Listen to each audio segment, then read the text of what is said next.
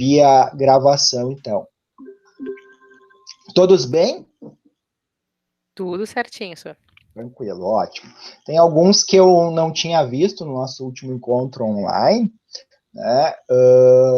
Mas até onde eu vi, especialmente naquela aula sobre o MRP e a árvore do produto, acho que foi bem tranquilo, porque em geral todos acertaram, né, o exercício, a não ser que tenham compartilhado a resposta no grupo do Whats, né, e só tenham colocado ali. Eu quero crer que não. O senhor acabou a aula, eu postei, hein, senhor? Do que Eu nem é? no grupo tô, professor, então... Não, então tá. Bueno, tranquilo. Olha só. Pessoal, em princípio, então, né, ali acho que foi tranquilo. Eu, inclusive, hoje corrigi, tá? Vamos ver se vai entrar o aula aqui. Pelo menos eu tava nele, né? Vamos ver se eu consigo mostrar aqui para vocês, tá? Eu tô compartilhando a minha tela, então.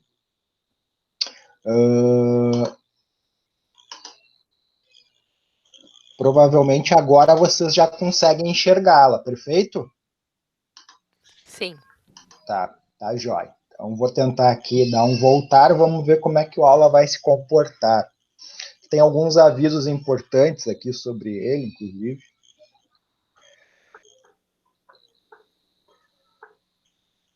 É que o aula tá intermitente, professor. Teve 2 vezes que eu consegui acessar ele e quando eu fui entrar na sala, ele deu erro.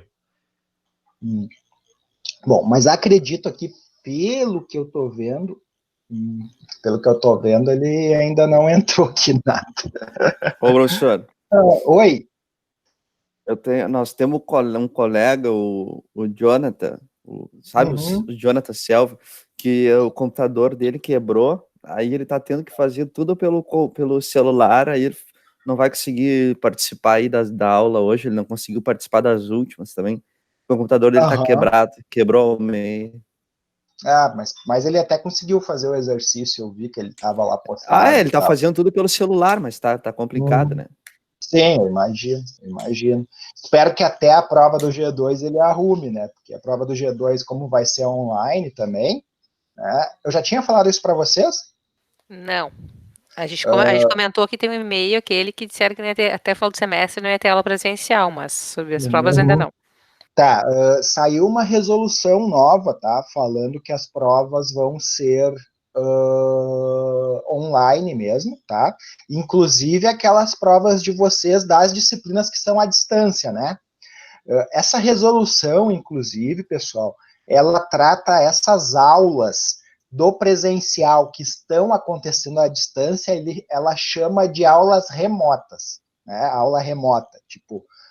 E aí as outras disciplinas que são à distância, de fato, como à distância mesmo, né? Então todas vão acontecer de forma online.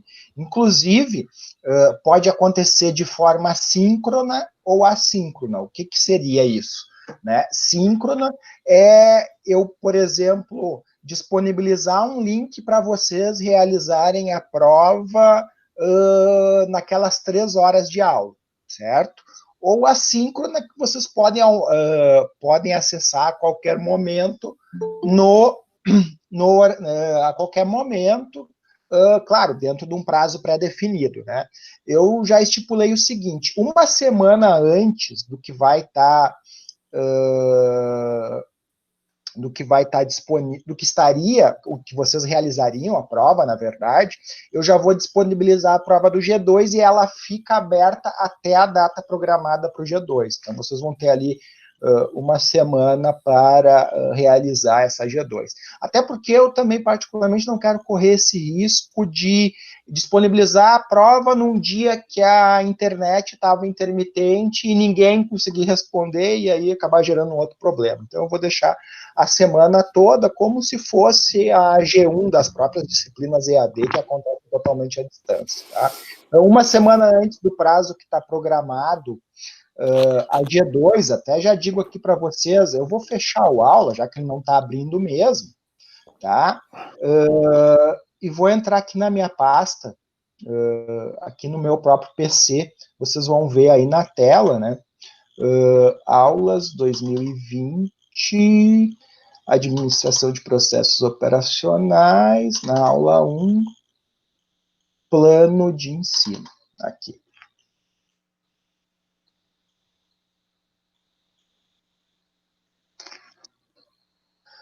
Vamos lá. Indo até as datas, então. Tá. Professor, só para fazer dar um exemplo de que já aconteceu isso, um outro professor tinha tomado a decisão de fazer a prova da G1, né? Das 7 às 10, em horário normal, só que quando foi para fazer a prova, eu estava ali no aula, fui acessar a prova vinha com erro, veio 1, 2, 3 vezes com erro, e aí na quarta já não tivemos mais acesso. Aí ele teve que mudar e deu 2 ou 3 dias para responder, se não me engano. Eu, particularmente, eu fiquei sabendo, porque a gente teve uma reunião entre os professores, mais ou menos naquele período de G1 ali, e alguns relataram esse tipo de problema, né? E a orientação da coordenação foi essa, né? De que se fizesse a prova aí com alguns dias de intervalo para que o aluno pudesse desenvolver, né? Veja o seguinte, pessoal, vocês estão vendo na minha tela aí o 21º encontro, né? Seria a prova do grau 2, tá? Dia 29/6. Então, o que eu vou fazer? Aqui no dia 22, que estaria programada uma visita técnica, né? Que infelizmente não vai acontecer, né? Eu me lembro que teve um dos colegas que até cobrou, né? Que em outros semestres havia sido prometido por outros professores, enfim, a visita técnica nunca acontecia, né? Infelizmente, dessa vez, a situação vai se repetir, né? Mas agora, por efetivamente um motivo de força maior, né? Infelizmente, não vamos ter, então, essa visita técnica. Então, no dia 22, que estaria programado para essa visita, eu vou disponibilizar a prova e vocês vão poder realizá-la até o dia 29, tá? Então, a prova de G2, vocês já sabem, fica disponível do dia 22 de junho até o dia 29 de junho, né?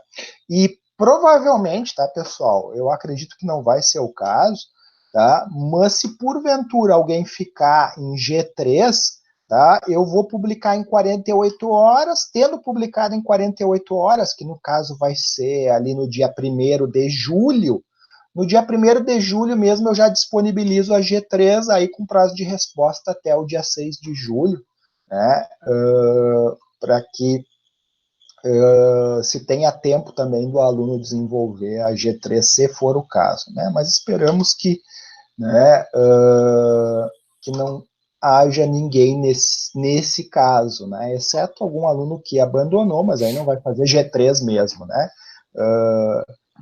Claro que isso depende mais de vocês do que de mim, né? O que importa é participar, né? Tá certo. Bueno, então vamos falar um pouquinho de algumas coisas e depois já adentramos no conteúdo. Eu até tinha anotado alguns avisos para passar para vocês, mas me esqueci na loja. Mas vamos ver se eu lembro deles todos, tá? O primeiro deles é que tem uma atividade, tá? Vencendo amanhã, tá? Se eu não me engano, é a atividade da aula passada ou uma semipresencial. Eu confesso que agora, como eu estou sem acesso ao aula, não consigo nem entrar para mostrar para vocês, tá? Mas tem uma atividade vencendo amanhã. Na verdade, ela vencia hoje, certo? Mas ela vence amanhã porque eu vi isso e aí me dei conta que daqui a pouco eu iria falar dessa atividade para vocês e vocês iam abandonar minha aula correndo. Puxa, professor, tem uma atividade para fazer, né? Iam abandonar minha aula correndo. Então, para que vocês não abandonassem a minha aula correndo, eu deixei ela disponível até amanhã, tá?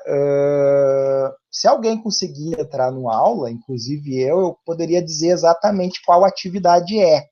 Tá? Mas vocês vão ver ali nos prazos, ali embaixo das atividades. Oi, sim, Carolina. É a do texto sobre as perdas do Just in Time. Perfeito. Desperdício. Perfeito. Então tá, joia. Muito obrigado, Carolina. Que bom que aluna muito aplicada. Isso. É verdade. Que jóia. E o aula entrou agora. Entrou agora? Ah, perfeito. Ah, ótimo. Obrigado, Carolina. Bom, esse era um dos avisos, tá?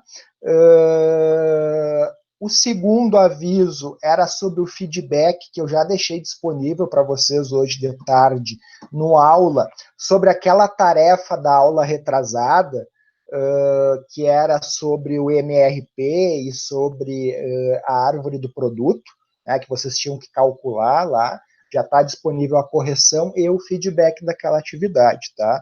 Ela valia 0,5 ou 0,6 pontos, tá? Não me recordo agora exatamente.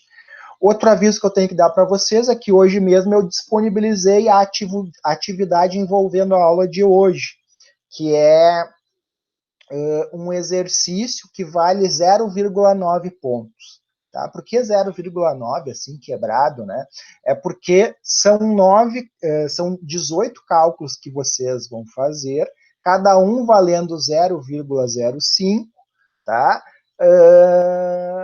E acertando todos, fecha 0,9, sendo que são 18, né? Então, por isso esse número 0,9, tá? Depois eu vou ter que ajustar isso com as demais atividades, tá bom? Esse é o terceiro aviso. O quarto aviso, pessoal, é que nós teremos uma nova aula no formato do Google Meet. Deixa eu entrar aqui no nosso plano de ensino novamente, não devia nem ter fechado. Tá? Nós teremos uma nova aula via Google Meet no dia 8 de junho. Tá? Dia 8 de junho nós vamos ter uma nova aula no Google Meet, então marquem aí, tá? Semana que vem não vai ter Google Meet, vai ter material disponibilizado na aula, mas vai ser só material teórico e questões envolvendo esse material, tá? Agora no dia 8, sim, eu vou dar a última aula que envolve cálculo, essa vai ser via Google Meet, certo? Então já se agendem até lá, para que vocês possam participar, né? Obviamente também, se por um acaso não puderem participar nesse dia, a aula vai ficar gravada, tá? Mas é melhor ver online, porque se fica alguma dúvida, vocês já podem tirar ali na hora mesmo, sem maiores problemas, né? Mas, enfim, também a critério de cada um, certo? Emitam sons. Certo. Ou pelo menos teclem no chat, né? Tá bom? Bom, pessoal, ô Jonas, não, né? Não pertinentes, né? Por favor.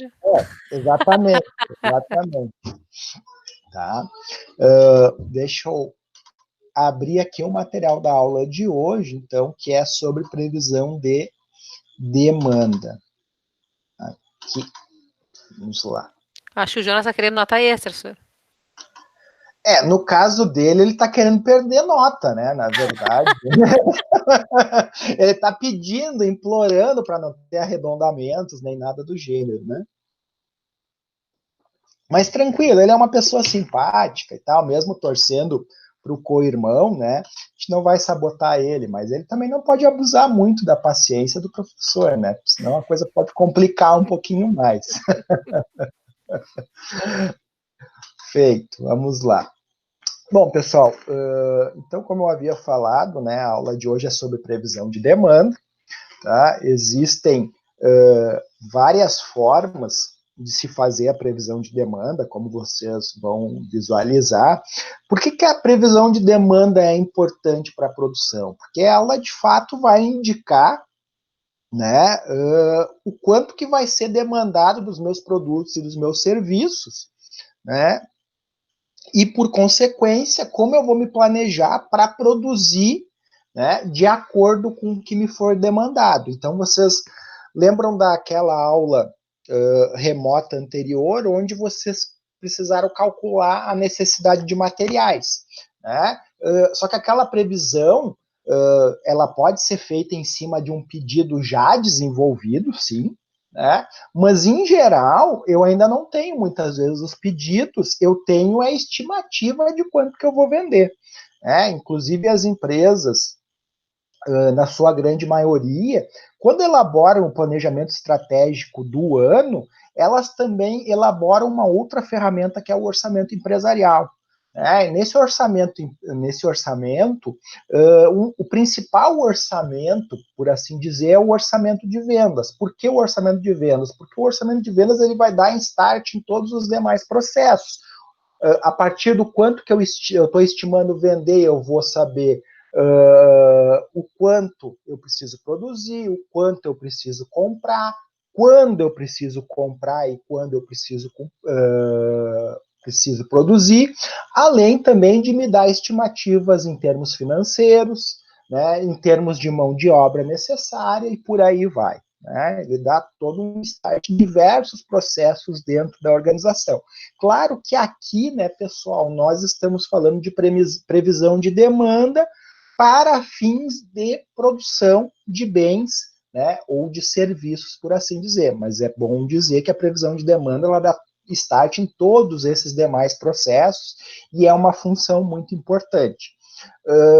Em geral, né, ela fica nas mãos do marketing da empresa, da área de marketing comercial, né, que geralmente é responsável, mas a área de produção, né, precisa entender desse processo, né, justamente porque ela é diretamente interessada na previsão de vendas, né, na previsão de demanda dos produtos e serviços da organização, certo? Bom, aqui, né, nessa lâmina, então, nos fala que anteriormente nós vimos que o sistema produtivo e o seu layout são organizados para atender a demanda dos clientes, né? Vocês devem recordar lá que na G1, inclusive, havia uma questão que abordava essa questão do tipo de layout, do tipo de sistema produtivo e o tipo de layout preferencial, né? Se eu não me engano, era uma questão que envolvia o sistema produtivo sob encomenda e o layout em posição fixa, ou também conhecido como posicional, né, que é justamente um layout mais adequado para esse tipo de sistema produtivo. Né? Então, recordem que a gente viu que para um determinado sistema de produção, né, há um sistema de layout, né, há um modelo de layout, melhor dizendo, propício para atendê-lo. Né? Obviamente que podem existir exceções, né, mas elas são exceções, efetivamente, né, como a própria palavra diz. Certo? Mas agora, sabendo então qual layout é mais adequado para o sistema de produção que eu tenho, eu preciso definir, né, ou estimar efetivamente o quanto o cliente vai demandar, então, dos meus produtos ou dos meus serviços. E aí eu pergunto para vocês, quem poderá nos ajudar? Chapolin Colorado? Provavelmente não, né? O Chapolin Colorado fica lá pro seriado, efetivamente, tá? Para que nós, então, possamos responder a tal questão, né, de quanto nós vamos ter de demanda dos nossos produtos e serviços, as empresas elas buscam o quê? Informações acerca da quantidade das vendas futuras de um item ou de um conjunto de itens da empresa. Né? Esse movimento consiste, então, na chamada previsão da demanda. Né? Ela é a base para o planejamento estratégico da produção, de vendas, recursos humanos e finanças de qualquer empresa. Né? Foi o que eu comentei para vocês ali logo no início. Né? A partir do momento que eu tenho um planejamento de vendas, né, eu consigo, né, planejar o quanto eu preciso produzir, o quanto eu vou precisar de mão de obra e o quanto isso vai me custar e o quanto vai me render, né, ao longo do período. Né, no caso de um ano, para fins de planejamento e de orçamento empresarial. Né? Partindo, então, dessa previsão, né, as empresas podem desenvolver seus planos de produção, de fluxo de caixa, de vendas, de estoques, mão de obra, compras, etc. Tudo que a gente falou logo no início. Tá? Como eu falei também antes, responsabilidade por preparar essa previsão normalmente é do setor de marketing. Todavia, né, é fundamental que o planejamento e o controle da produção, né, que é a programação e o controle da produção, melhor dizendo, esteja atento a como a mesma é realizada. Né? Por que isso? Porque a previsão de demanda é a principal informação empregada pelo PCP na hora de elaborar suas atividades. Isso porque afeta de forma direta o desempenho esperado das funções de planejamento e controle do sistema de produção. Certo? Alguém abriu o microfone e gostaria de fazer algum adendo, comentário? Por favor, fiquem à vontade. Eu só queria entender porque é aquele cutucão ali, senhor. Ah, sim. O cutucão é só para chamar a atenção de vocês, né? No sentido de que, embora seja uma função de marketing, né, o PCP tem que estar atento a como ela é realizada, né? Não simplesmente aceitar e, beleza, e era isso, né? Mais nesse sentido. Aliás, vocês viram ali a cara do indivíduo ali? É o teu meme, né, senhor? É o meu meme, exatamente, é o meu meme. O meme que eu conheço, né? Fora que às vezes os alunos produzem memes da gente que circulam em alguns grupos e tal, e depois a gente fica sabendo por um que outro, mas enfim. Né? Aliás, antes que vocês se perguntem, quem foi que falou do meme do professor? Para ele, não se preocupem, tá? Em Porto Alegre eu ainda não tive notícias, mas eu sei que em Gravataí já há memes da minha pessoa circulando, né? Mas enfim, acontece. Vamos lá. A gente ainda não fez o seu. Não fez, mas de outro tem, então. De outro tem. Uhum. Ou de outra, né, Carol? Ou de outra. Aliás, ou de outra. Aliás, deixa eu contar para vocês de quem tem um meme. O meme é uma foto do professor normal, mas na foto dele, logo abaixo, está escrito: nos vemos na G3. Não vou falar o nome do professor, mas só vou dizer que ele leciona disciplinas na área de contábeis. Estava esperando tu dizer A isso. gente sabe quem é. Quem é? Esse é o Vic do Mandado. Jonas. Ai, Quem Jonas, que é? não te faço. Jonas, achou até que tu que fez esse meme, Jonas. Mas onde é que... Não, mas fizeram o meme dele ou ele fez? Não, Deve ter feito, né? Óbvio. Mas se eu fosse professor, na real, eu botava uma figurinha dessa no final da prova G2, tá ligado? Lá embaixo, lá no rodapé. Boa ideia, Jonas. Né? Vou pensar nisso. Tem que levar na narrativa. Tem que ter uma graça na vida do cara. Não, Ele só não faria isso porque ele não tem senso de humor, Jonas. Não, tá louco. Alienígena. Ai, que coisa. Mas esse professor que eu falei não está dando aula para vocês esse semestre, viu? Então não sei se é o meu. Nos quebrou. Vou dar mais uma dica, ele tem sobrenome italiano. Italiano? Eu não sei o sobrenome do... Tu chuta uma moita, sai uns 5 com sobrenome italiano. Sim, mas de professor de contábeis? Sim. Tá, bueno, vamos voltar para... Outro dia a gente descobre. Outro dia a gente fala quando eu não estiver gravando, tá? Preferencialmente. Vamos lá. Então, ainda voltando a falar sobre previsões de demanda, né? Elas são resultado de um encadeamento de atividades que envolve o quê? Coleta de informações relevantes, né? Então, pessoal, normalmente eu vou fazer uma previsão de demanda, normalmente baseado em informações dos anos anteriores, né? E vou coletar informações que sejam relevantes para essa previsão. Vamos pegar, por exemplo, qual é a perspectiva de crescimento econômico para 2021? 5%? Então, muito provavelmente, o que a gente vai projetar? Vai projetar 5% de aumento no incremento das vendas do ano anterior para o próximo. Claro que né, pessoal, aqui eu peguei um exemplo a grosso modo, tá? Porque pegar o índice de perspectiva de crescimento econômico da economia como um todo é meio crítico, né? O interessante é eu pegar como está projetado, talvez, para o meu setor, né? E aí eu até consigo estipular metas, vamos dizer assim, mais assertivas, né, pessoal? Às vezes eu tenho a impressão, acho que até eu já falei isso para vocês, né, que em algumas organizações a previsão ela é meio mediúnica, né? A pessoa entra em contato com o espírito de alguém, né? E a partir daquele momento, né, recebe ali a informação que a meta deve ser de tanto, né?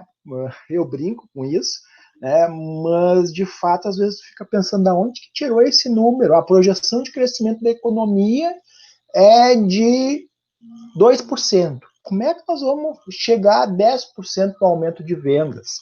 Né? Claro, né, pessoal, eu posso estipular uma meta de 10%, só que eu já tenho que ter, já tenho que estar prevendo de quem que eu vou tirar aquela, de qual concorrente que eu vou tirar clientes. Por quê? Por que eu digo isso? Porque se o crescimento se vai crescer 2%, a economia como um todo, ou, né, vamos pegar aqui mais especificamente o meu setor, a tendência é que eu venha a crescer 2%, desculpa, se trabalhar muito bem. Para crescer 10%, eu vou ter que tirar clientes de algum concorrente meu. E aí isso já tem que estar planejado, né? Tem que colocar lá no meu planejamento estratégico como efetivamente eu vou fazer isso. Mas enfim, né? A partir da coleta das informações, então, por exemplo, dos anos anteriores, né? Eu vou tratar essas informações, né? Vou buscar eventualmente padrões de comportamento, né? Me utilizando de métodos quantitativos de tratamento de séries temporais do passado, né, o que eu falei para vocês, eu pego as médias dos anos anteriores e aí vou visualizar isso, né, vou considerar fatores qualitativos relevantes aí, né, eventuais informações que eu possa ter que me possam presumir que a demanda vai aumentar ou que ela vai diminuir por conta disso, né?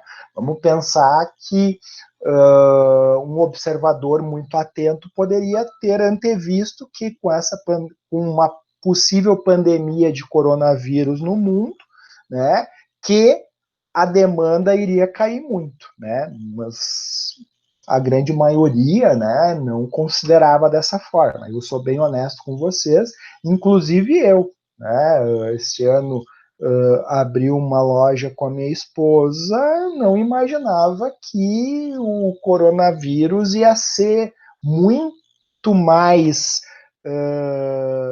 ia ter muito mais significância do que teve, por exemplo, o H1N1. O H1N1, né, claro que às vezes a gente tem memória fraca, mas eu bem recordo que não parou nada. A única coisa que ele trouxe, vamos dizer, de novo, né, e que em muitos locais ainda isso ainda existia, era o álcool gel, né, disponível para as pessoas usarem, mas de fato afetou as nossas vidas naquele momento apenas daquela forma, né, apenas com álcool gel, né, efetivamente, né, não imaginávamos que a coisa ia tomar tamanha proporção que ia causar lockdown em vários locais, né, e restrição de inúmeros serviços especialmente de comércios fechados, né, durante um bom período de tempo aí. Depois, projeção futura de padrões de comportamento, né, e as estimativas de erro de previsão, né, pessoal? Estimativas de erro de previsão, né, isso vocês veem lá em estatística, né, onde, por exemplo, nós temos geralmente nas campanhas eleitorais, quando a gente tem uma pesquisa eleitoral, o que acontece? Geralmente tem aquela margem de erro de mais e de menos, né? Normalmente lá pela casa dos 3% que se trabalha, né? Que a margem de erro pode ser, então, de 3%, tanto para mais quanto para menos, né? Então, muitas vezes, por exemplo, se tem um candidato com 21% de intenções de voto e outro com 20%, né, a gente diz que aí tem um empate técnico justamente porque essas faixas estão dentro da margem de erro da pesquisa, né? Essa seria a estimativa de erros de previsão que fala aqui, certo? Depois, tá? Aqui nós temos um quadro, né, de informações, né, de possíveis elementos, né, que subsidiam, então, a previsão de demanda, né? Então, por exemplo, informações da conjuntura econômica, as decisões da própria área comercial, né, se vai ser mais agressiva, menos agressiva, por exemplo, frente à concorrência, né, eventuais outras informações de mercado, informações até mesmo dos clientes, né, muitas vezes os clientes nos sinalizam, a gente está projetando um aumento para o ano que vem, em virtude disso, disso e disso, né, podem alimentar o nosso sistema. E as próprias informações da concorrência que, porventura, a gente consiga obter, certo? A tudo isso a gente dá um tratamento qualitativo das informações, né? Ao mesmo tempo, né, nós temos informações que possam explicar um determinado comportamento atípico, os dados históricos das vendas, né, ano a ano, que nos dão uma boa projeção para o futuro, e dados de variáveis que, porventura, expliquem as vendas, tá? Aqui a gente fala da questão de correlação, que também é um outro item lá que vocês veem na estatística, né, quando uma variável influencia em outra, né? As duas, então, são tratadas, tanto as variáveis quantitativas quanto qualitativas, né, para, em uma reunião de previsão de demanda, né, nós trabalharmos com todas as áreas envolvidas, né, que precisam dessa informação, vamos tratar essas informações para justamente, desculpa pessoal, minha voz está se indo, para justamente a partir dessa previsão de vendas, né, nós conseguirmos aplicar ela lá no nosso processo de planejamento. Né, e fundamental, né, que ano após ano a gente veja o quanto nós fomos assertivos nessas previsões ou não, né, justamente para buscar melhorias aí nesse nosso processo de previsão de vendas, né, dentro daquela linha do PDCA de melhoria contínua, certo? Depois, algumas questões importantes aqui envolvendo os métodos de previsão, né? O primeiro deles é a disponibilidade de dados de tempo e de recursos, né? Isso porque há métodos mais sofisticados que envolvem modelos matemáticos, né, que exigem, além dos dados disponíveis, profissionais capacitados para trabalhar com esse tipo de modelo, né, bem como utilização de computadores, né, dependendo do número e variedade dos produtos, né. Imaginem que algumas empresas trabalham com um mix infindável de produtos e serviços, né, e por consequência, né, as previsões são mais complexas, né, do que se, por exemplo, eu produzo um único produto, um commodity apenas, né. E o horizonte de previsão, né, conforme o horizonte, né, se curto, médio ou de longo prazo, vai haver alguns métodos que vão se mostrar melhores, né, para um horizonte ou para o outro, né, vocês vai falar isso aqui daqui um pouquinho mais, né. Entre os métodos de previsão, então, nós temos diversas metodologias, como eu já tinha comentado com vocês antes, né, que podem ser empregados em qualquer circunstância, né, mas que vão depender de alguns fatores, né. Entre eles, esse aqui, os métodos de previsão assumem que as mesmas causas que estiveram presentes no passado sobre a demanda também se farão presentes no futuro. Logo, o comportamento passado é a base para projetar o futuro.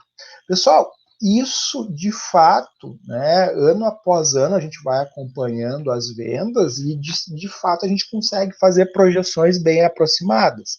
Mas vejam que, por exemplo, esse ano nós temos um desafio bem significativo para projetar vendas, por exemplo, para o próximo ano, uma vez que esse ano nós tivemos um comportamento muito atípico, né, em decorrência do coronavírus, né, nós temos uma quebra aí em números, né, bem significativo, né, para levarmos em consideração para previsões dos próximos anos, por assim dizer, né.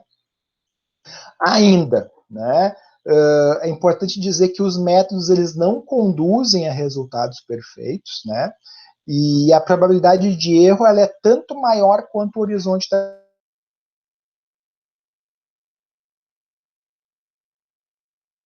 Travou. Travou. Eu acho que caiu a conexão dele. Eita, isso é nossa internet maravilhosa, gente, esse meu Brasil. Ah, nem me fala. O cara paga 200 pila de internet. Sim, pois é, eu tenho plano de 30 e poucos mega, porque eu não preciso mais do que isso, mas quando eu vou testar ali, não chega ninguém. Não, por lei, eles têm que entregar até 40% só. Voltou, senhor? Oi? Não. Eu tava fora? Sim, tava fora. Tava fora. Travou, tava fora, não ouvimos nada. Ah, que barbaridade. Vamos ver aqui onde é que vocês tinham parado, então. Eu tava seguindo adiante. Mas tu ouvia elas falar? Não ouvi. Vamos voltar aqui, deixa eu ver. Não foi muito demorado, foi até uma pausa ligeira, mas... Foi uma pausa ligeira. Sim. Tá. Vamos ver aqui, eu vou voltar para a apresentação e vocês me dizem onde pararam. Esse slide mesmo, esse slide. Tu tava falando a respeito dele. Tá, perfeito. Então eu vou repetir a fala sobre esse slide e a gente vai seguindo, tá? E eu vou pedir uma licença para vocês, tá? Eu não vou colocar no formato de tela inteira, porque eu consigo visualizar melhor vocês aqui do que se colocar no modo de tela cheia. Por quê? Porque daí eu só vejo a minha tela, não vejo vocês, compreendem? E aí, se eu coloco nesse outro formato aqui, eu consigo ainda ver as opções, a minha barra de endereços aqui, e também consigo eventualmente olhar aqui, ver se vocês estão conectados ou não. Então, eu vou seguir nesse formato aqui. Pode ser? Fica muito ruim vocês enxergarem? Não. Tá. Não, então tranquilo. Não, tá bom. Vamos lá. Eu estava falando, então, que os métodos de previsão, né, eles não vão conduzir a resultados perfeitos, né? É difícil ter 100% de acerto, né? Especialmente quanto maior for o meu horizonte de previsão. Então, o que eu quis dizer com isso? Que é mais fácil eu prever... vamos desconsiderar agora o coronavírus, tá? É mais fácil eu prever, com base nas vendas desse mês, o mês seguinte, do que eu fazer uma previsão para daqui a 5 anos. Porque daqui a 5 anos, muita coisa pode acontecer, né, pessoal? Inclusive uma outra onda de um determinado vírus qualquer aí, né? Nossa, por favor. Pelo amor de Deus, chega, senhor. Tomara que não, né? Mas, infelizmente, esse tipo de possibilidade existe, isso que eu quero dizer, né? Mas tomara que não mesmo, né, Sabrina? Mas que, de fato, influencia, né? Que, de fato, tem a maiores probabilidades de acontecer inúmeras coisas que vão afetar a qualidade da minha previsão em 5 anos do que daqui a um mês, né? Certo? Então, tá bueno. Vamos... Só um adendo. Nessa atual conjuntura, eu já não duvido de mais nada, né? É verdade. Infelizmente, né? Esse momento não é o melhor momento para previsão de demanda, mas, enfim, esperamos que tudo volte ao normal e as previsões elas voltem a ser assertivas, né, por assim dizer. Tá bueno? Bom, vamos seguir adiante, então. Tá? Então, aqui fala, né, que isso ocorre porque há fatores aleatórios, né, como calor acima da média, influenciando em demanda fora do comum para bebidas, por exemplo. né? Esse era um exemplo mais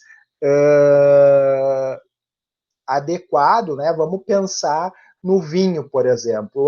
O ano passado foi um ano que o inverno foi pouco rigoroso. Aliás, até teve alguns dias de extremo rigor, mas foi aqui uma semana, 2 semanas no máximo. No restante do inverno em si não fez tanto frio. Então, por exemplo, para as vinícolas, né, especialmente aquelas que estão mais restritas aqui ao mercado gaúcho, foi um ano ruim, né, porque as pessoas acabaram, por consequência, bebendo menos vinho. Né, então, eventualmente, a gente pode ter, né, variáveis, né, que influenciam significativamente aí a qualidade das nossas previsões, e em especial se o horizonte de tempo for grande. Né. Bueno, para tratar as informações que nós temos disponíveis, há 2 métodos de previsão, basicamente, tá? 2 abordagens para fazer a previsão de demanda. A primeira delas é a abordagem quantitativa, né? E a segunda, qualitativa. Como os próprios nomes já dizem, né? A quantitativa vai se basear em padrões de série históricas, né? Em séries numéricas, né, que tenham números, que são extrapolados para o futuro seguindo alguma metodologia, né, metodologia matemática ou estatística. E as metodologias, a abordagem qualitativa, que vai ser baseada em fatores, né, subjetivos ou de julgamento das pessoas. Né.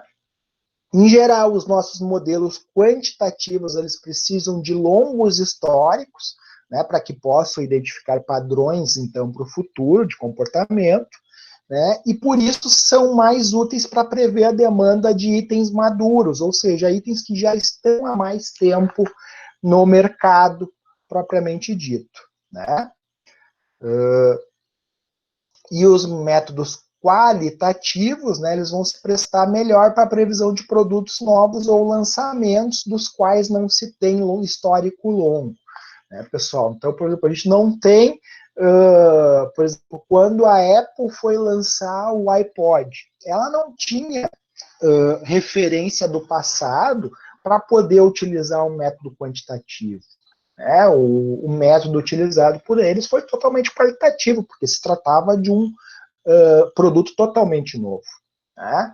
Então, diferente do que, por exemplo, se eu vou projetar as vendas de um smartphone hoje em dia, né? Por mais que venham sendo agregadas novas funções, novas funcionalidades aos smartphones, não se tem notícia, pelo menos, né? Eu pelo menos não tenho visto nada a respeito de algo que vai ser disruptivo, que vai ser uma inovação radical que possa trazer aí novos movimentos aí no mercado de telefonia móvel. Né? Então, se eu tenho dados quantitativos de mais tempo, né, eu fico mais confortável para extrapolar isso uma série histórica e projetar para o futuro. Agora, se eu não tenho base nenhuma, né, aí eu vou ter que me basear em opiniões, né? E aí pode ser opiniões de especialistas, da equipe de vendas, enfim, né? Nós vamos falar um pouquinho dessas possibilidades logo na sequência. Né? Então, aqui um quadro resumo das técnicas de previsão. Tá? Nós temos as qualitativas, tá, pessoal? Aqui nesse slide aqui, na verdade, o próprio livro, tá? Estava errado aqui, é qualitativas no meu lado direito e quantitativas no meu lado esquerdo. Tá? As quantitativas são as chamadas intrínsecas, né, as metodologias quantitativas intrínsecas e extrínsecas. Tá? As intrínsecas trabalham com as médias móveis, né, que esse vai ser os cálculos que eu vou trabalhar com vocês hoje. Né? Vai ter também o suavizamento exponencial, as projeções de tendência e a decomposição de fatores. Né? E nas extrínsecas, né, nós temos métodos de previsão que trabalham com regressão simples e com regressão múltipla. Tá? Isso aqui também é muito trabalhado em trabalhos de conclusão, monografias de especialização, de dissertações e teses de mestrado e doutorado. Tá? E depois aqui nas qualitativas tem o método Delphi, o júri de executivos, né? A força de vendas, que é o que eu falei para vocês antes, né? Que muitas vezes eu vou me basear na minha equipe de vendas para gerar a minha previsão para o futuro. A pesquisa de mercado, propriamente dita, né, que também é uma possibilidade bem interessante, né, para verificar a intenção de compras, né, sobre um determinado produto, e analogia histórica, né? O que é analogia histórica, pessoal? É eu fazer analogia com algum outro produto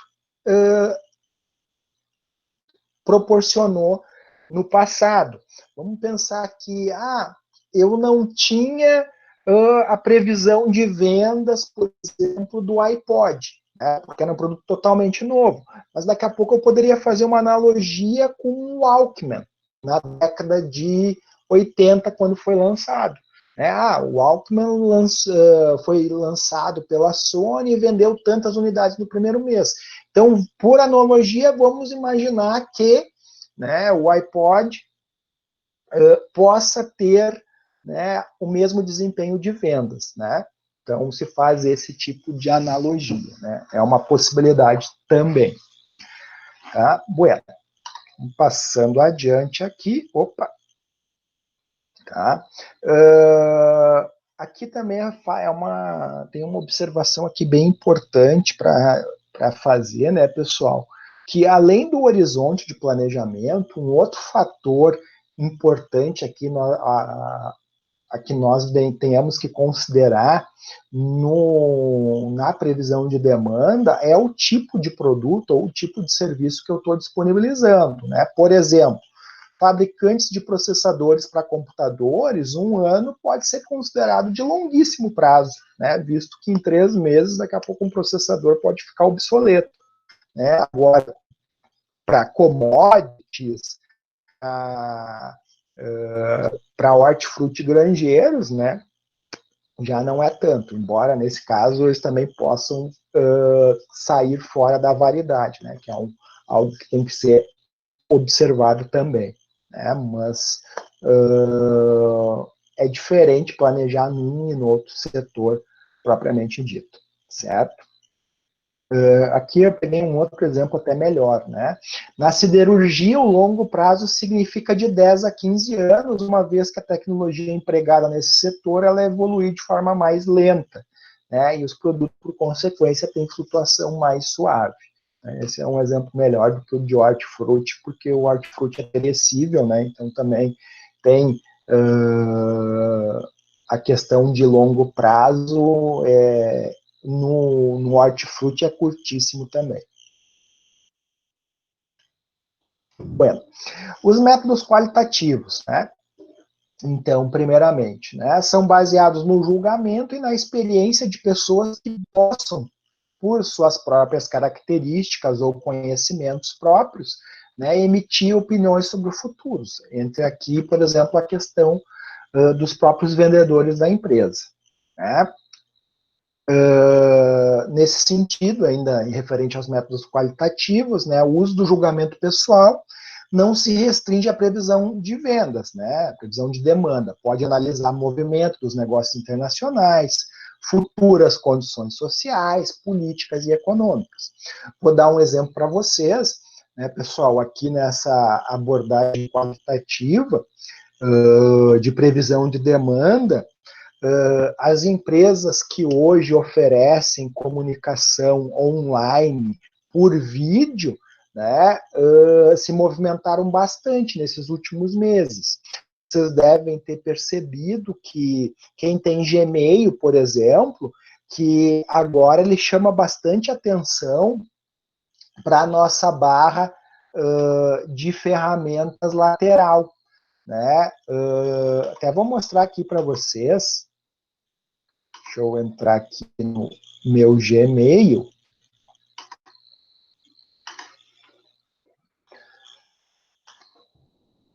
E apareceu aqui essa opção, embora ela já existisse, né, pessoal?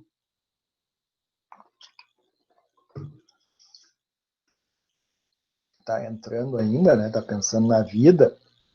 Vejam que aqui, ó, pessoal, aparece aqui, ó, um destaque, Meet, novo, né?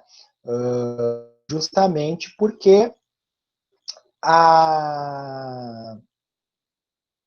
hoje se tem, né, uma corrida entre as empresas, né, que fornecem chamadas para quem vai liderar o mercado, né? Além do Google Meet, tem outra comunidade que é o Zoom, né? O próprio Skype também oferece videochamada com mais participantes. O próprio WhatsApp agora parece que permite de até 50 pessoas, né? Então as empresas justamente estão antevendo, estão vendo que isso vai ser cada vez mais comum, né, pessoal? Porque até então muitos de nós tínhamos até certo preconceito com essa forma de comunicação, né? Eu particularmente tive experiências anteriores bem ruins com essas ferramentas, né? De travar, e meio que tinha criado um modelo mental que isso não prestava, que não servia. Sou bem franco em dizer. E, né, fui desafiado agora desse semestre a fazer várias vídeos e todas elas, né, têm funcionado muito bem, né? Realmente a conexão que nós tínhamos há anos atrás, hoje é muito melhor, né?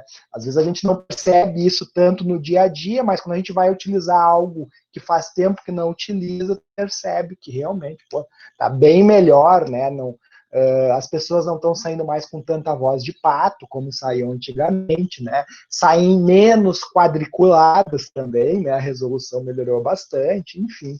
A gente vê avanços aí e vai se rendendo, né? E, de fato, né, pessoal, as empresas estão apostando nisso e para mim, é líquido e certo que, a partir de agora, muitas funções que eram exercidas dentro da empresa vão passar a ser exercidas em home office, né? Visto que para as próprias empresas é muito mais barato ter o funcionário em casa, né, na sua própria casa, sem, de repente, precisar conceder vale alimentação, vale transporte, uma vez que ele pode fazer da casa dele, né? E, eventualmente, em alguns momentos, tendo encontro presencial, mas que ele pode produzir no próprio ritmo em casa, sem problema nenhum. Claro que isso vai gerar adaptação dos profissionais, né? Mas vamos dizer, essa pandemia servindo de estágio, né, probatório para quais funções podem ou não podem ser realizadas de forma remota, né? Então, aí um exemplo de o quanto, né, a gente pode utilizar de métodos qualitativos para analisar futuras condições sociais, políticas e também econômicas, né? Bueno. Passando para o primeiro, então, dos métodos qualitativos, nós temos o método Delphi, né, que consiste no quê? Na reunião de um grupo de pessoas que vai opinar sobre um determinado assunto, né, obviamente com regras determinadas para coleta e para depurar essas opiniões, né. Começa se propondo a um grupo uma determinada pergunta bem específica sobre alguma variável que a gente deseja prever.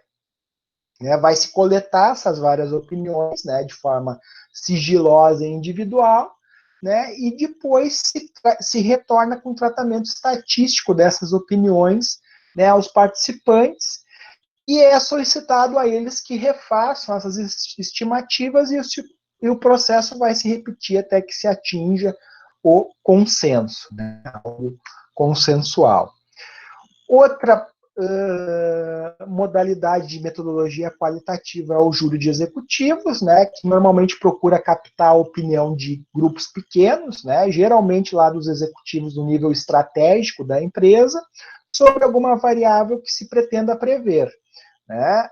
Normalmente o interesse desse grupo está em previsões de longo prazo, né, que vão envolver um ou outro aspecto do planejamento estratégico da organização, inclusive de pesquisa e desenvolvimento de novos produtos e serviços, processos e plano estratégico de produção. A vantagem do júri de executivos é a reunião de talentos com diferentes visões do assunto, né, elevando a qualidade e precisão, uma vez então nós vamos ter executivos das diversas áreas da empresa, né, e a desvantagem é que pessoas com personalidades mais fortes podem exercer influência exagerada sobre o grupo, né, impondo aí a sua própria opinião.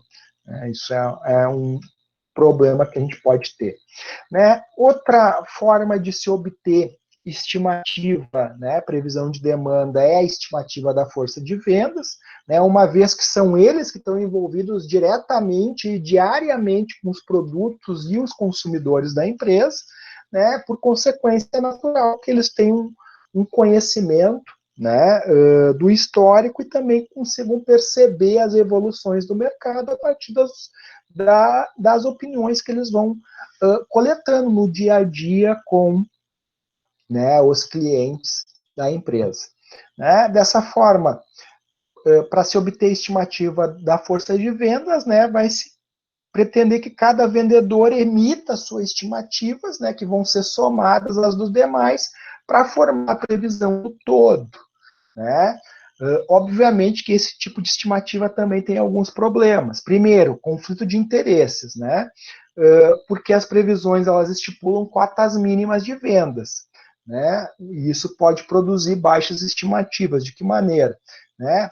Eu não quero me comprometer a vender muito mais do que vendi o ano passado, porque daqui a pouco, né, eu não vou conseguir atender. Então, eu, enquanto vendedor, faço a previsão mínima, né, para não me enforcar lá no futuro. Né? Isso é uma possibilidade. Né? Por outro lado, se as vendas elas têm sido boas agora, né, o que pode acontecer? Eu superestimar essas vendas. Né? E se ruins, eu acabar subestimando. Né? Achar que eu vou vender muito pouco no futuro, né?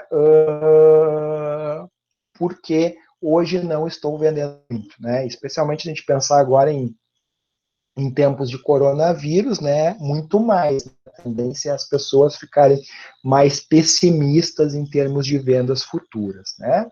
E também o pessoal de vendas pode, de alguma forma, não distinguir muito bem entre os clientes querem fazer e o que realmente farão, né? Porque às vezes as pessoas também falam muito da boca para fora, né? Às vezes externam algum pensamento, né, num momento com um vendedor, mas depois mudam de opinião.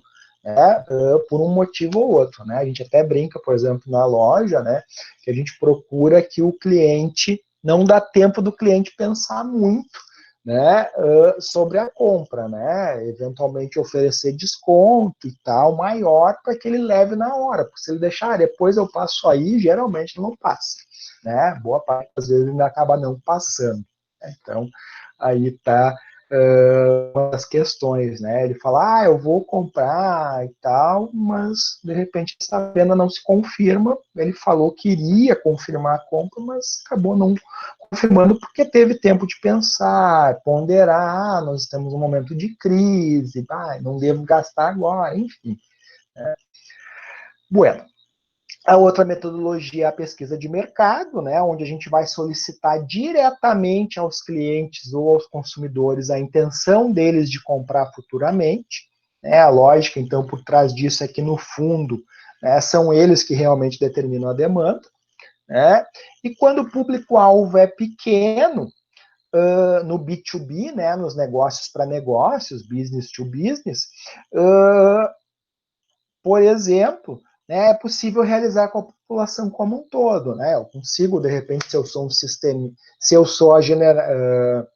eu sou um sistemista da General Motors aqui em Gravataí, da Ford em Camaçari, na Bahia, né? Eu tenho essas duas unidades, eu consigo verificar com a General Motors quanto que eles vão me demandar do meu produto e quanto que a Ford também vai demandar do meu produto. Né? E aí, por consequência, né, a minha pesquisa de mercado é facilitada porque eu tenho poucos clientes que adquirem os meus produtos. Alguém gostaria de falar? Eu vi que tocou aqui. Eu acho. Foi o chat, eu acho. E sobre as compras, muitas delas são realizadas no impulso. De fato, é isso mesmo, né? Por isso que a gente costuma dizer ali na loja que, tem que fazer o cliente levar na hora, especialmente agora, né? Dá para deixar pensar muito, senão vai pensar que está em crise, que não é hora de comprar, enfim, não. Já agarra que é agora ou nunca, né? Quase nessa linha aí, Sabrina. Depois, pessoal, né? Porém, quando é grande demais, normalmente se recorre à pesquisa de mercado a partir de amostragem. Obviamente, quando a gente faz pesquisa, né, principalmente para as empresas que vendem diretamente para o consumidor, para aquele que vai fazer o uso do produto, né, o consumidor final, acaba tendo que ser por amostragem, né, porque não tem como pesquisar com a população como um todo, né, como o caso do sistemista que eu comentei antes, né? Mas, obviamente, se bem conduzido, o método pode dar bons resultados, sim, né, mesmo com a utilização de amostragem, né? Depois o método de analogia histórica, né, que eu meio que citei antes para vocês, meio não citei, né, que procura identificar produtos similares dos quais se possuam dados históricos para, por analogia, melhor estimar, por exemplo, produto novo. Então vem bem de acordo com aquele exemplo que eu dei para vocês do Alckmin com o iPod. Aliás, né, vamos pegar aqui, né, eu poderia fazer uma analogia com o Walkman e com o Discman, que depois foi aquele outro aparelho que fazia leitura de CD e que a gente podia levar para cima e para baixo, né, para escutar músicas, para poder fazer a estimativa de vendas do iPod e também de outros aparelhos de MP3 que saíram depois, né. Então, aí, uma analogia, né, histórica que poderia ser feita, certo? Bueno, terminados os métodos qualitativos, melhor dizendo, né, vamos para os quantitativos. Sobre os qualitativos, alguma dúvida, alguma pergunta, pessoal, por favor, falem. Algo? Tranquilo? Algo. Professor, só uma questão ali com a previsão de vendas atualmente, com o uso dos ERPs, ela se torna meio que obsoleta, não? Porque o grupo executivo tem acesso às informações quase que instantaneamente. Uhum. Os ERPs ajudam bastante, né? Mas, como a gente falou, né, pelo fato deles já alimentarem online, na hora, no momento exato, as informações.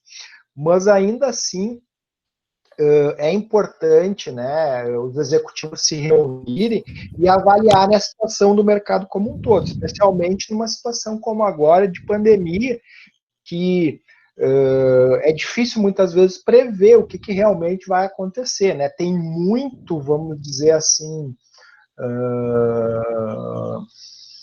tem muito pessimismo no momento no mercado, né? Coisa que não é muito bom muitas vezes para ter uma previsão mais assertiva, né? Eu sou bem honesto com vocês, tá? Isso é uma opinião, tá? Baseada em algumas referências, mas que a situação, quando terminar a pandemia, não vai ser tão ruim como o pessoal está achando, tá? Não vai ser lei de Murphy, né? Não vai ser naquela questão, não vai piorar, vai ser pior, vai ser tão ruim que não possa piorar, né? Eu acredito que ela vai ser um pouco melhor. Se o governo parar de falar bobagem, desculpa, não quero entrar nessa seara política. Se nós dependemos do governo, senhor, cancela as teus. O problema é a questão de. Como é que eu vou dizer? Não adianta, que tem determinados momentos que tu tem que ter estabilidade, né? Tu tem que demonstrar estabilidade para que o mercado se acomode, né? No momento que isso acaba não acontecendo, se externa para o mercado, vamos dizer assim, instabilidade, e essa instabilidade vai se refletir na economia. Infelizmente, a coisa funciona assim, né? Mas, enfim, né? Quiçá que tenhamos tempos melhores e que eu realmente esteja certo, né? Mas realmente essa variável ela tem bastante peso, por assim dizer. Bueno. Voltando aqui então para os métodos quantitativos, né? Então eles vão ser baseados em séries de dados históricos, né? Na qual se procura, através de análise, identificar padrões de comportamento e para que esses padrões, obviamente, possam ser projetados também para o futuro. Tá? Em geral, são mais adequados para previsões de curto e médio prazo, né, tendo em vista que o poder de explicação dos dados do passado é máximo para horizontes mais curtos, ou seja, quanto mais próximo o meu horizonte, mais chance de eu acertar, né? É mais fácil eu fazer a minha previsão de vendas para amanhã do que para o mês que vem, do mês que vem em relação ao semestre, em relação ao ano como um todo. Né? De fato, quanto mais tempo, mais difícil é de acertar, né? Normalmente, então, o tratamento de uma série temporal ela vai pressupor a análise, ou seja, a decomposição da série nos seus elementos. Né? Outro método, então, aqui é a decomposição de séries temporais. Né? Uma série temporal é uma sequência de observações da demanda. Né? Também pode ser aplicável a outras variáveis, que não a demanda também, né? Ao longo do tempo. Em geral, essas observações vão ser espaçadas igualmente, né? Então, eu posso me basear em dias, em semanas, em meses ou em anos, né? Conforme a minha disponibilidade, o que eu vou prever efetivamente, o que eu prefiro olhar, né? Eu, particularmente, quanto mais detalhado, dia a dia, hora a hora, melhor, né? Mas, enfim, pode gerar aí planilhas gigantescas que ficam difíceis de serem analisadas também, né? Então, isso é algo que pode se pesar aí, né? Uma coisa importante, né, é que se desconsidera da demanda qualquer outra variável, né, que se possa supostamente depender, né, como chuvas fora de época, por exemplo. Né? Em alguns estados nós temos estações de seca, né, mas eventualmente pode ser que chova, ou em algumas regiões, eventualmente, a gente pode ter estiagem, né, que foi o caso, inclusive, do Rio Grande do Sul, aí no último período, né, onde a gente teve uma estiagem muito grande, bastante perdas aí na agricultura. Né, mas eu não posso supor que agora, todos os anos, vai haver seca e incluir isso no meu modelo de decomposição. Né, eu vou decompor imaginando que a coisa vai acontecer como tem acontecido nos últimos anos, né, exceto esse último ano que foi um ponto fora da curva. Né, essa é a premissa básica. Né, ou seja, se tem como premissa que os valores futuros eles podem ser estimados, né, a partir, então, dos valores do passado. Né, normalmente, uma série temporal ela é composta de 3 principais componentes. Né. O primeiro deles é de tendência, né, orientação geral de estabilidade para cima ou para baixo dos dados históricos, né, a questão de ciclicidade, né, que seria a questão de ser cíclico, né, os padrões de variação, né, que eles acabam se repetindo a cada determinado intervalo de tempo. Então vamos pensar aqui em cíclico, o caso da demanda aqui no estado por picolé, por exemplo. É óbvio que aqui a gente tem períodos onde há picos e outros momentos que se tem pouca demanda para picolés e sorvetes, né? Que são os meses de calor e os meses de frio. Né, onde nos meses de calor eu vou ter alta demanda e nos meses de frio eu vou ter baixa demanda. Né, isso explica também porque por exemplo, muitas sorveterias hoje, na verdade, são lojas de congelados. Né, além de sorvetes, eles também vendem produtos congelados que façam parte, né, do nosso consumo no inverno também. Obviamente que isso não se faz presente nos estados do Nordeste em relação a picolé e sorvete, porque lá a temperatura é relativamente estável o ano todo. Né? E a questão é de aleatoriedade também, é um outro item importante, né, um outro componente importante das séries temporais, que são os erros ou variações da série histórica de dados, né, que são devidos às variáveis ausentes no modelo de previsão, né, eventualmente algo que eu não tenha previsto e que eventualmente aconteceu, que é o próprio caso esse ano da pandemia aí do coronavírus. Então aqui a série temporal de vendas, né, onde vocês vão ver, né, aqui no gráfico as vendas, né, aqui no caso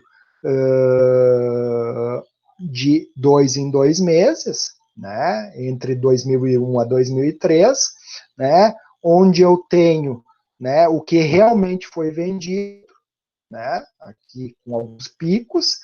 Aqui eu tenho a tendência, né, pessoal, vejam que a minha tendência aqui é de crescimento, né, mesmo que um crescimento não tão acelerado, mas de crescimento, né, a minha curva ela vem crescendo ao longo do tempo, né, há uma tendência de crescimento. E a questão aqui da ciclicidade é esses momentos aqui que a gente tem de pico, né, em um determinado momento eu tenho alta demanda, no outro momento eu tenho um pico de demanda baixa, né? Vamos pensar aqui em novembro para janeiro, né? Aqui em novembro, muito possivelmente influenciado pelas compras de Natal, aqui em janeiro, porque o pessoal, né, tá em férias e não está comprando os meus produtos, né? Esses são os períodos cíclicos que a gente chama, né? Para o comércio, por exemplo, seriam as datas comemorativas: Natal, Dia das Mães, Dia dos Pais, Dia das Crianças, Dia dos Namorados, enfim, alguma outra data aí que eu tenha deixado passar, certo? Depois, esses, né, pessoal, que a gente estava referindo até então, são modelos quantitativos para demandas que sejam um tanto instáveis, né? Agora a gente vai falar mais de modelos quantitativos, e aí vai calcular para aqueles que têm uma demanda mais estável, né? Que a gente consegue, a partir de modelos matemáticos mais simples, conseguir prever a demanda, né? Então, esses modelos matemáticos, né, são aqueles que assumem que a demanda encontra-se relativamente estável, flutuando aleatoriamente em torno de um patamar que se deseja estimar, né? Então, não é uma demanda tão instável, efetivamente, né? Vamos pegar, assim, alimentos em geral, tem uma demanda relativamente estável, né? Salvo se eu fazer alterações muito grandes no preço. Por quê? Porque as pessoas precisam comer, né?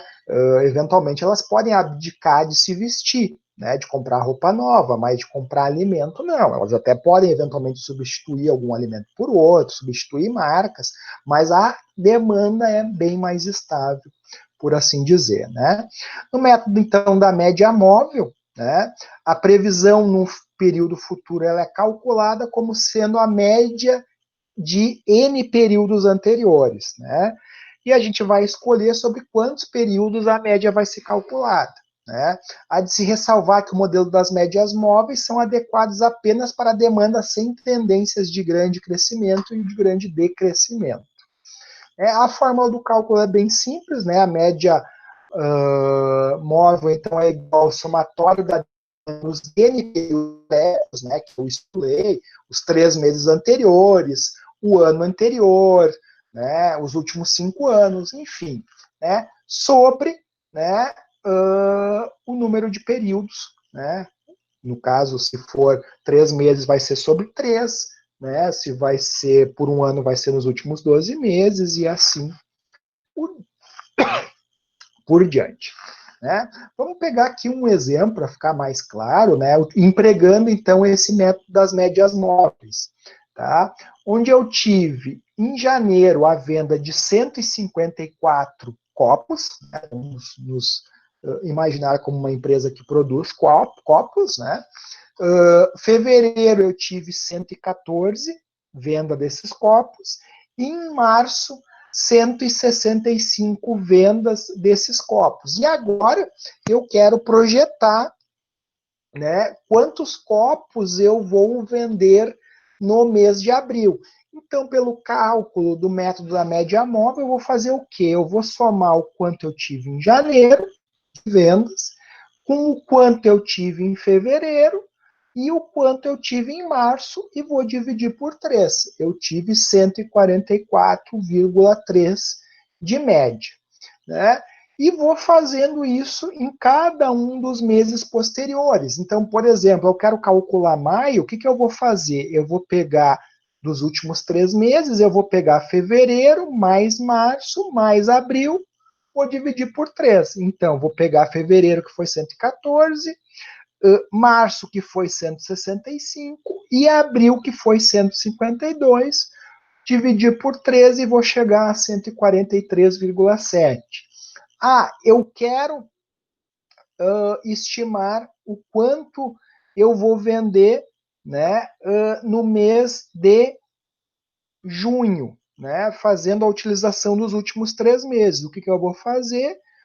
Pegar o mês de março, mais o mês de abril, mais o mês de maio. Então, 165 mais 152 mais 176 dividido por 3, eu tenho 164,3. E assim sucessivamente para os próximos meses, né? Então, em julho, eu vou pegar os dados de abril, maio e junho e dividir por 3. Em agosto, eu vou pegar os dados de maio, junho e julho. De setembro, eu vou pegar os dados de vendas de junho, julho e agosto, e assim por diante, para gerar, né,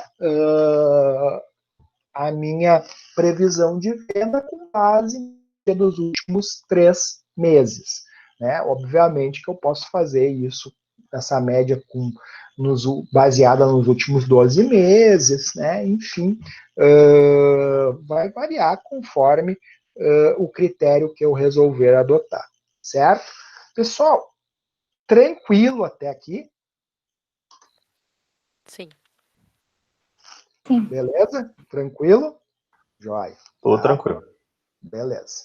Tá? Agora fica um pouquinho mais difícil, mas não tanto, tá, pessoal? Bem tranquilo também, porque nós podemos ter, além do método de médias móveis, nós podemos trabalhar com o método de média móvel ponderada. Né? Qual é a diferença?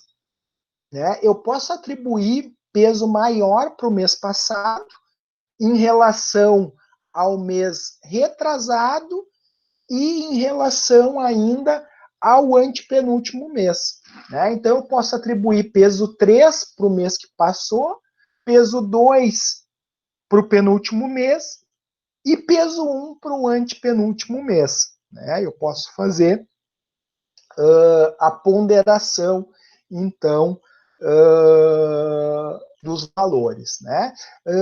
Eu gosto de lembrar bastante aqui, pessoal, o próprio cálculo de G1 e G2. O cálculo de G1 e de G2 se trata de uma média ponderada, né? Onde eu faço o quê? Eu somo a G1 mais a G2 vezes 2, né? Porque a G2 tem peso 3, e divido, a G2 tem peso 2, desculpa, e divido por 3, chego ao valor da minha nota.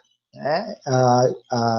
A nota de avaliação da universidade é baseada numa média ponderada, por assim dizer. Né? E aí, dessa forma, então, eu vou aumentar a influência dos meses mais recentes na geração das previsões. Né? Então, o mesmo exemplo anterior, agora com média móvel dos 3 períodos anteriores, com pesos 3, 2 e 1.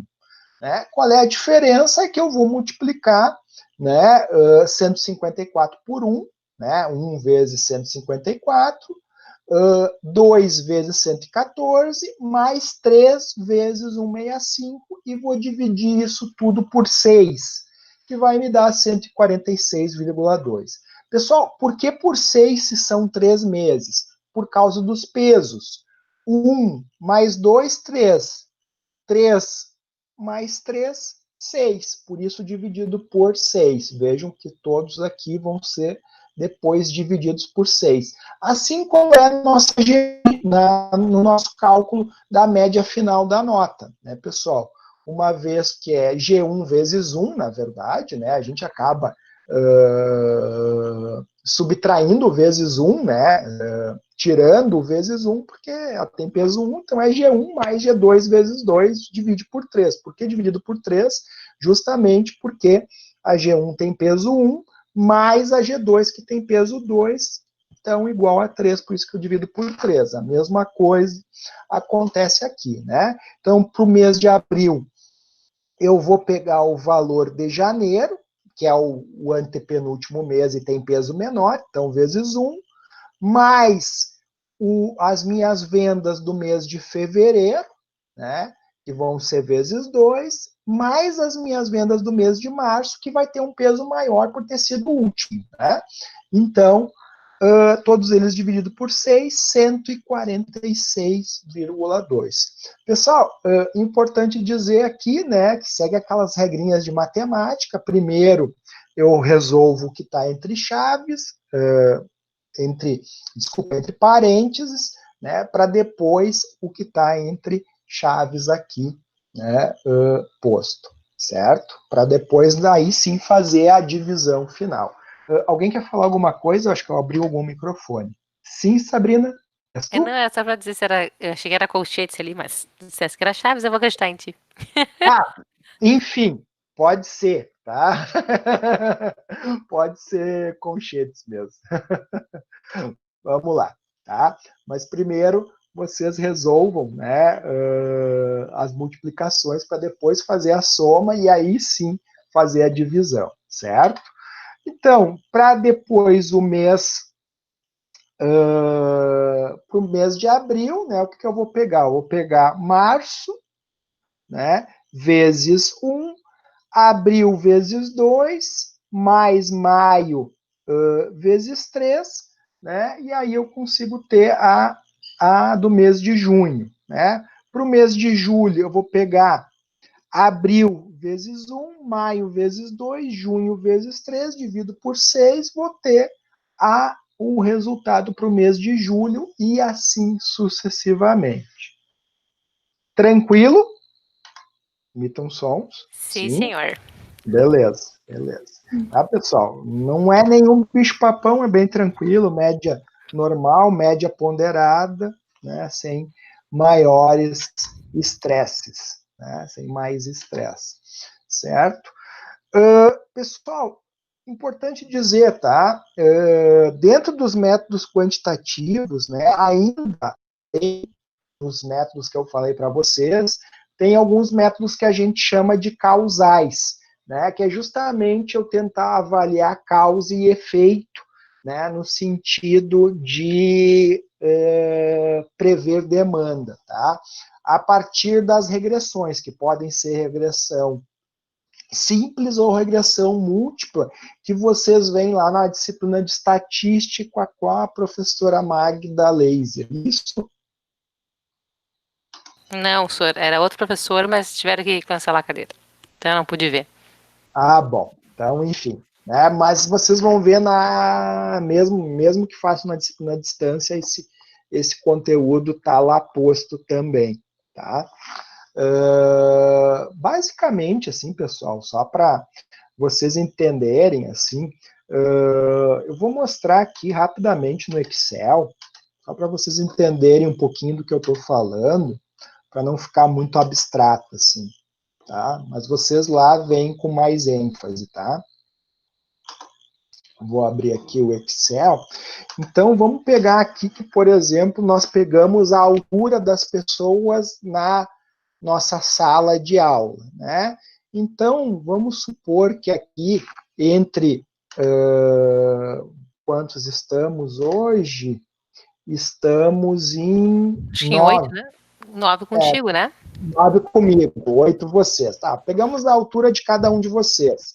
Então, não vou fazer vocês dizerem a altura de vocês, tá, pessoal? Não se preocupem, né? Alguns não gostam de dizer, ou porque se acham altos demais, outros se acham baixos demais. Então, vou preservá-los, tá? Mas vamos botar aqui que um aluno tem 1,70, um outro tem 1,75, um outro tem 1,60, outro tem 1,55, outro tem 1,80, outro tem 1,90, outro tem 1,72, e por último, um tem 1,65. Tá? Se a gente pegar aqui, a gente poderia fazer a média, né? Média simples. A média da nossa turma seria de 1,7875. Tá? Mas a gente poderia aqui colocar que a questão da altura está ligada ao gênero da pessoa, né? Normalmente homens são relativamente mais altos que as mulheres. Então a gente vai usar 1 para homem e 2 para mulher. Tá? A gente vai colocar números aqui para representar. Tá?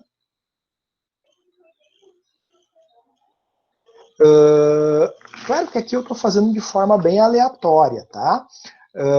Mas, por exemplo, aqui se eu coloquei que 1 é homem, 2 é mulher, agora a gente vai avaliar se isso, se o fator gênero realmente influencia na altura. O que a gente vai fazer? A gente vai pegar aqui a função, tá, de correlação, essa daqui, correl, tá? E vai colocar aqui a matriz 1, as alturas, né? E na matriz 2, o gênero das pessoas, né? E vai dar um OK. Pessoal, nesse caso aqui, tá? Deu 0,0359, tá? Na relação estatística, quanto mais próximo de -1, a correlação é negativa, ou seja, é exatamente o contrário do que eu imaginava, né? O gênero sim influencia na altura, mas as mulheres são mais altas na média do que os homens, né? Seria isso que eu queria dizer. Quanto mais próximo de 1, a correlação é dita positiva, ou seja, realmente a condição de gênero influencia na altura dos indivíduos, né? Ou seja, os homens tendem a ser mais altos que as mulheres. Quanto mais próximo de 1, mais verdadeira, mais forte é essa correlação. E quanto mais próximo de 0, se diz que essa correlação é nula, né? Ou seja, aqui a gente poderia ter com 0,35 dizer que é uma correlação positiva, mas não uma correlação forte, uma correlação positiva mais fraca, né? Não é nenhuma correlação positiva moderada, tá? Por assim dizer. Agora, se fosse mais próxima de 1, se eu realmente tivesse pedido, né, a altura de vocês, tivesse pedido o gênero de vocês, e quanto mais próximo esse resultado aqui desse de 1, aí, por consequência, mais verdadeira é a minha afirmação, e aí eu posso dizer que a questão de gênero causa efeito, sim, na altura dos indivíduos. Compreenderam? Princípio sim, senhor.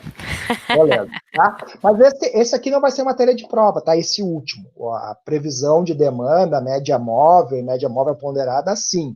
Tá? A correlação não é só para vocês não ficarem assim no ar, o que é correlação, tá? É isso aí, tá? Em linhas gerais, é isso. Certo? Bueno. Quem quiser aprofundar conhecimentos, tá, pessoal? Eu mesmo baseei a aula de hoje nesse livro aqui, tá? Do Henrique Correia, que é referente à gestão das cadeias, das redes de suprimento, integrando cadeias de suprimento no mundo globalizado da Atlas, tá? Um livro de 2010. Certo? Meus caros, dúvidas, questões, por favor, falem. Só depois, senhor, só depois. Só na hora de fazer, prof. Exatamente. Perfeito.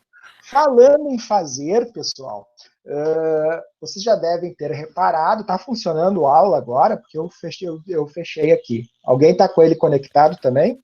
Vou testar. Eu desisti de tentar entrar no aula hoje. Hoje está complicado, Daiane. Nós link quebrado. No início da aula. Tá, perfeito. Link quebrado. Mas você O sai... meu tá funcionando. Eu estou aqui na atividade. O meu parece link quebrado e não abre nada. Bom, a Caroline pode confirmar para nós, né? Logo abaixo do link da aula de hoje, aí no aula, tem um TDE, Trabalho Discente Efetivo, né? Que é o trabalho que vocês têm que fazer da aula de hoje, que vale 0,9 na nota de G2, né? Eu tinha explicado lá no início que cada cada acerto ali daquela previsão é 0,05 pontos que vocês têm, né? Então, é o exercício que está lá posto de vocês fazerem a previsão da média móvel e a previsão da média móvel ponderada, né? Baseada nos últimos 3 meses. Vocês vão ver ali o exercício e poderão fazê-lo ali. Até a próxima aula, né? Até o dia, vocês têm até o dia 1º de julho para fazer essa atividade. Tá? No dia 8 de julho vai ser o nosso próximo encontro virtual. Tá? No dia 1º a gente não tem encontro virtual, vai ter material lá para vocês lerem, mas a gente não vai realizar de forma remota, né? Só vai ter o material lá, mas no dia 8, como daí entra novo exemplo envolvendo cálculo, eu prefiro, por mais simples que seja, eu prefiro aí dar essa aula de forma remota. Certo? Certo. Ah, não se esqueçam do exercício que está lá posto, que hoje de tarde só 8 alunos tinham feito, tá? Que vocês têm prazo até amanhã para fazer, né? Que eu disse que era até hoje, na verdade, mas eu deixei até amanhã, porque como eu comentei no início da aula, né? Eu não queria que vocês saíssem correndo da aula para fazer aquele exercício, né? Então, por isso deixei até amanhã. Tá? Mas nem que saísse, senhor, não dá funcionando aula, então. Então, melhor, então, mais um motivo, vocês iam chorar que não iam poder entregar e iam pedir prorrogação. Então, eu já antevi esse problema, eu já previ, né, já fiz a previsão dessa demanda de vocês, e aí, por consequência, está prorrogado até amanhã. Certo? Alguma outra dúvida, questão, pessoal, comentário? Professor, Sim. Esse questionário, então, a gente faz igual tu mostrou ali nos exemplos, né? Como é que é o questionário? Ah, o questionário? A gente calcula igual tu fizeste ali nos exemplos, né? Exato. Pessoal, é bom falar, né, que daqui a pouco, numa prova, eu posso ter o mesmo exercício baseado nos últimos 12 meses. Aí vocês têm que calcular baseado nos últimos 12 meses. Mas agora que a gente está iniciando, né, o primeiro exercício é nos últimos 3 meses, então acaba sendo igual o que foi calculado na aula de hoje, tá? Mas a gente vai fazendo mais exercícios ao longo do tempo para vocês ir fixando melhor isso aí. Combinado. E daí a média ponderada, sempre eu vou calcular o antepenúltimo mês vezes 1, o penúltimo vezes 2 e o último vezes 3. Exato. Exato. Se fosse nos últimos 12 meses, por exemplo, o último mês vezes 12, o penúltimo vezes 11, o antepenúltimo vezes 10, e assim sucessivamente. Sempre decrescente. Sempre decrescente. Porque eu sempre considero que a influência do mais próximo, do mês mais próximo, é maior do que dos meses anteriores. Isso mesmo. Tá. E aí a gente começa por abril, então, né? Janeiro, fevereiro, março, né? Isso, exatamente, por abril daí. Tá bom. Entendi, então, obrigada. De nada. Mais alguém, pessoal? Cri. O povo tá tímido, senhor. O povo tá todo tímido hoje. Acho que é o frio. Provavelmente, né? Às vezes também, né, o pessoal fecha a câmera, daqui a pouco foi dar uma volta, foi até o toalete, foi pegar um cafezinho, enfim, né? Mais tranquilo, tá? Faz parte. Bom, meus caros, se não há mais dúvidas, então me despeço. Aliás, antes de me despedir, gostaria de falar que essa aula foi gravada, então se algum colega de vocês, porventura, os procurar para saber o que foi dado na aula, diga para ele, consulta lá no aula que vai estar disponível. Tá, talvez eu não consiga colocar em seguida por causa do problema que está no aula, né, de instabilidade, mas assim que der eu coloco já a aula lá disponível. Bueno? Beleza. Bueno. Yasmin, tu abriu o microfone, quer falar algo? Não. Só para dizer que estava presente, que não tinha ido nem no toalete e não pôde tomar café. Tá, entendi. Beleza. Joia, então. meus caros e minhas caras. Alguém mais? Bom, então, meus jovens, uma boa noite a todos e até o dia 8 presencialmente. Se alguém quiser falar nesse meio tempo, manda mensagem pelo aula, que a gente vai se falando. Ou por e-mail também, lá para o igor.borges@ubra.br, que eu os atendo assim que possível. Tá bueno? Tá joia. Tá joia. Obrigada, prof. Tchau, tchau, professor. Obrigado. Boa noite. Boa noite a todos. Boa noite, queridos. Tchau, tchau. Até a próxima.